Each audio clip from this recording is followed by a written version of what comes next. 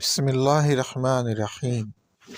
سیدنا ابو ہریرہ رضی اللہ عنہ سے مروی ہے کہ جب نبی کریم صلی اللہ علیہ وآلہ وسلم سے گھوڑے کے بارے میں سوال کیا گیا تو آپ صلی اللہ علیہ وآلہ وسلم نے فرمایا، روز قیامت تک گھوڑوں کی پیشانیوں کے ساتھ خیر وابستہ کر دی گئی ہے۔ گھوڑا کسی کے لیے اجر ہوتا ہے، کسی کے لیے پردہ اور کسی کے لیے گناہ۔ جو گھوڑا بیس اجر ہوتا ہے وہ ہوتا ہے جس کو آدمی اللہ کی راہ کی خاطر پالتا ہے۔ ایسا گھوڑا جو کچھ کھاتا ہے اس میں بھی اس کے مالک کے لیے اجر ہے، اور جب وہ 1-2 ٹیلوں تک چلتا ہے تو اس کے ہر قدم کے بدلے مالک کے لیے اجر ہوتا ہے۔